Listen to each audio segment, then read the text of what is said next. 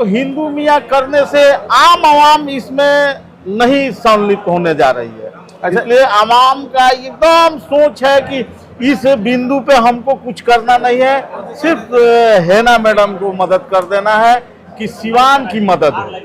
अब इक्का दुक्का हर दल बल में लोग होते हैं, अपना दवाई बेचना चाहते हैं, लेकिन दवाई बिक नहीं रहा है। हमारे बड़हरिया में तो भाजपा के कैडर लोग हेना मैडम के साथ हैं।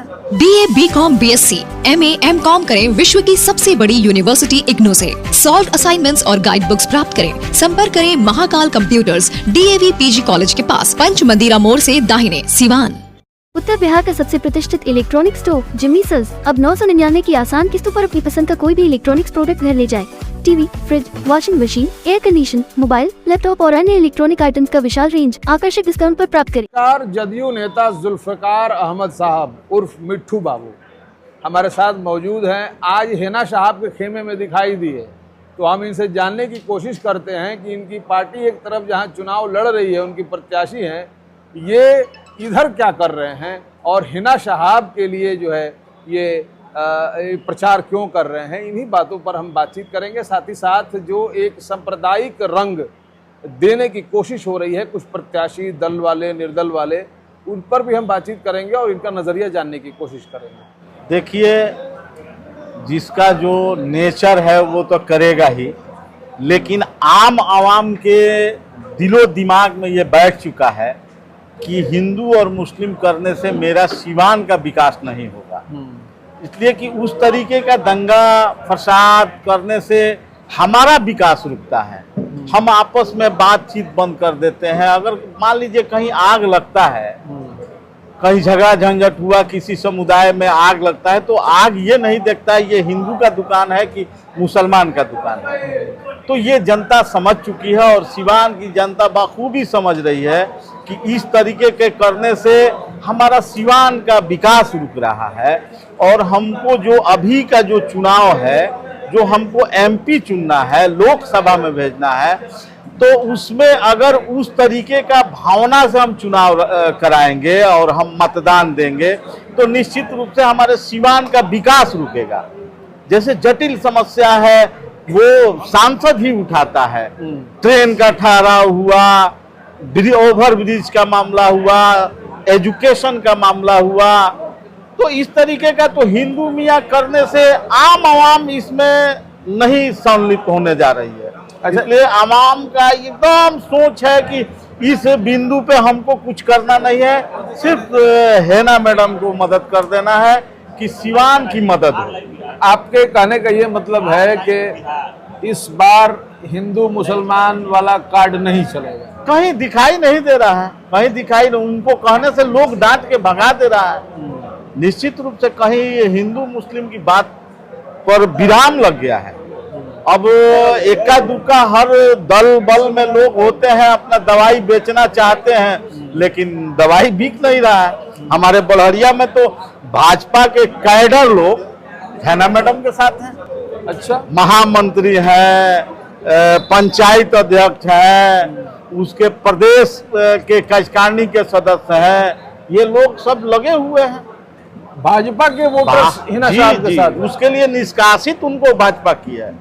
अच्छा, ऐसा क्या हो गया इस बार कि अब हमने भी अपने स्तर से देखा कि RSS से जुड़े लोग भी, भाजपा से जुड़े लोग भी, हर तबके से जुड़े लोग हिना साहब के साथ आ रहे हैं। आपकी क्या समझ बनी है इस पर? देखिए, सबसे बड़ी बात है कि डॉक्टर मोहम्मद शहाबुद्दीन साहब मरहूम अपने दौर में भी राजनीति में हर समाज को लेके चले और 15 सालों तक के हेना मैडम भी जनता के बीच रही और इनका ये पहचान है कि जो कहता है लोग वो करता है। तो इनका जो मैनिफेस्टो है, जो सोच है हर समाज के लोगों को जोड़ के चलने के लिए, तो इस पर जनता का विश्वास जम रहा है और खास करके गांव में रहने वाले लोग इन पर पूरा भरोसा कर रहा है कि ये जो कहेंगी वो करेंगी। तो इसका फायदा आज दिख रहा है। अच्छा, अभी हम चूंकि हमारे बातचीत का मुद्दा ही ये है कि चुनाव में जिस तरीके से आज हिंदू मुसलमान जो है कर करके इसका फायदा उठाने की कोशिश की जा रही है। अगर एक नेता, छोटा या बड़ा नेता, इस तरह की बातें करता है, जनता पर इसका कितना प्रभाव पड़ता है?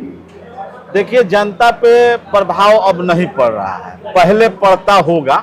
अब क्या हो गया? अब नहीं पड़ता है, इसलिए कि जनता जान चुकी है कि इसमें करने से मेरे बच्चों की भलाई नहीं होगी, मेरे जिला की भलाई नहीं होगी, मेरी भलाई नहीं होगी, तो उनको अब दरकिनार कर दे रहा है। अब आश्वासन, झूठा आश्वासन पे भी जनता उनको ठुकरा दे रही है। और हम लोग तो हमेशा निर्दलीय चुनाव लड़े हैं, 2-2 बार जिला पार्षद रहे हैं, तो फिजा हम देख रहे हैं माननीय पूर्व सांसद ओम प्रकाश यादव का जो लहर की बात करते हैं, उससे भी तगड़ा लहर चल रहा है ना मैडम। 2009 में जी जो कहा जाता है कि ओम प्रकाश यादव का लहर था, उससे भी बड़ा लहर, बड़ी लहर इस बार, उससे भी बहुत बड़ी लहर चल रही है। इसमें हर तबके के लोग लग गए हैं।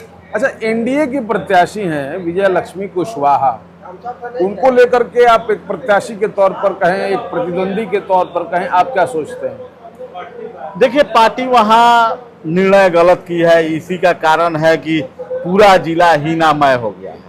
निर्णय गलत की है? जी बिल्कुल, हम तो जेडीयू की राजनीति करते हैं। ऐसा आपको क्यों लगता है? मान लीजिए, सदन में जा करके देखिए, ये मुखिया का चुनाव नहीं है कि बीडीओ साहब से पति साहब गए और बात कर लिए, योजना स्वीकृत हो गया। ये सदन, उच्च सदन की बात है, भारत के सदन की बात है, पूरा देश देखता है और पूरा वर्ल्ड देखता है। उसमें कही हुई बातों को कानून माना जाता है और वहां अपनी बात को उठाना पड़ेगा। तो बात उठाने के लिए तो आपके पास वो क्षमता होना चाहिए, और हम शऊर वाले लोग हैं, तो मान लीजिए हम नेता अपना चुन रहे हैं, तो इतना तो होना चाहिए कि मेरा नेता कैसा हो, तो वो क्वालिटी उनमें नहीं। आप अभी पार्टी में हैं, जदयू में? हाँ, अभी पार्टी तो निकाला नहीं है, अभी तो मिला जुला के हम हेना मैडम के पार्टी में है, निर्दलीय के साथ है। हेना साहब के खेमे में आप आ गए हैं। जी बिल्कुल। ऐसे में तो पार्टी आपको निष्कासित कर करे, उससे क्या फर्क पड़ता है? हक लड़ाई लड़ने के लिए तो कहीं ना कहीं खड़ा होना पड़ेगा।